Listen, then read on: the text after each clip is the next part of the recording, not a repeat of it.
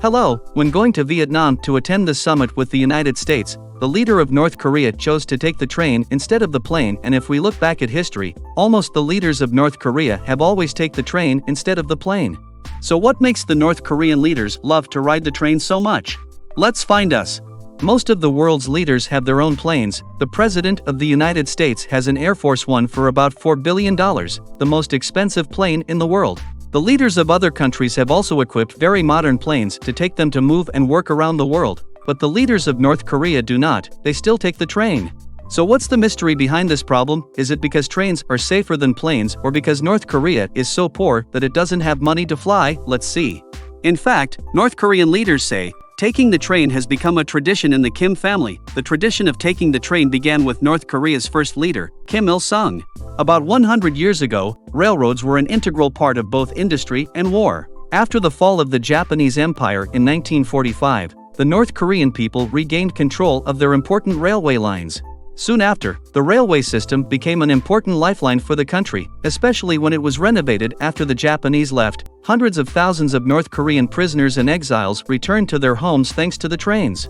When the Korean War broke out, the trains were used as mobile command points. North Korean leaders, especially Kim Il-sung, have always felt safe from armored trains.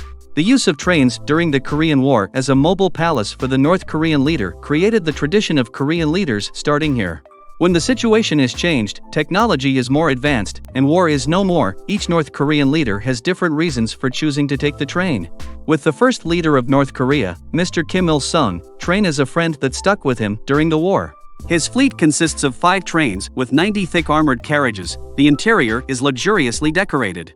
After the war ended, Kim Il-sung is said to have built himself many resorts, secret palaces and stations along the railway lines, and trains were the only means of access these special places. Moreover, at that time, the plane was still quite new and not really safe. It was easy to crash, even helicopters too, so taking the train was a sure and safe option and in the North Korea's reach. Therefore, Chairman Kim Il-sung gave trains a loyal love without using other means. In Kim Jong Il's time, he still took the train because he was afraid of flying. Mr. Kim Jong Il came to power in 1994. At this time, the plane was very modern and extremely safe. It was very unlikely that the plane crashed because of a technical fault. However, Mr. Kim Jong Il still chose the train as his means of transportation because he was very afraid of flying. Mr. Kim Jong Il feared that traveling by plane would leave him vulnerable to attack and assassination, while the train is 10,000 times safer. However, fate is also ironic. Mr. Il is said to have died while traveling on a train. In Kim Jong-un's time, he was not afraid of flying. During his time studying abroad, Mr. Un flew a lot and no one assassinated him, but he still chose to take the train. The reason is said to be because Mr. Un likes smoking and drinking. Kim Jong-un continues the tradition of taking the train of grandfather and father, his reasoning rooted in both his family tradition as well as his unhealthy habits.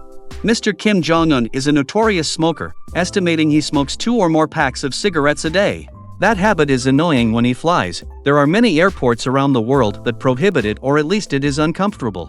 So Mr. Un likes to travel leisurely by train and sip wine, smoke and enjoy the view outside window. Although in the age of airplanes and even flying taxis, trains may sound like outdated and old-fashioned means of transport, but the reality is that the North Korean leader's train is very modern and luxurious with many advanced technologies. It is also regularly upgraded continuously. In Kim Il-sung's era, the main fleet consisted of 90 armored cars pulled by locomotives at about 60 kilometers per hour. When moving, there will be a train going ahead, checking for safety and problems ahead. Next, the train carrying the leader will depart 20 minutes later, enough time so that if the front train detects a problem, the main train can still handle the situation, and behind are the logistics trains carrying security and medical forces. By the time of Kim Jong-un, the carriages were not only luxurious, but also equipped with telephone systems, satellite internet, and modern wireless communication systems. Help leaders can run the country remotely at any time and place. With luxurious and modern equipment, these carriages are no less than a mobile palace, looking like a giant iron python. The North Korean state train is not only for domestic travel, but it is also used by North Korean leaders to work abroad, including in China, Russia, Vietnam, and even communist countries during the Soviet era. And the North Korean train moves quite slowly at 60 kilometers per hour. It took up to 60 hours to reach Vietnam in 2019. Hope through this video, you have understood why the North Korean leaders love to ride the train, even when going abroad. Thank you for watching the video. Goodbye, and see you again.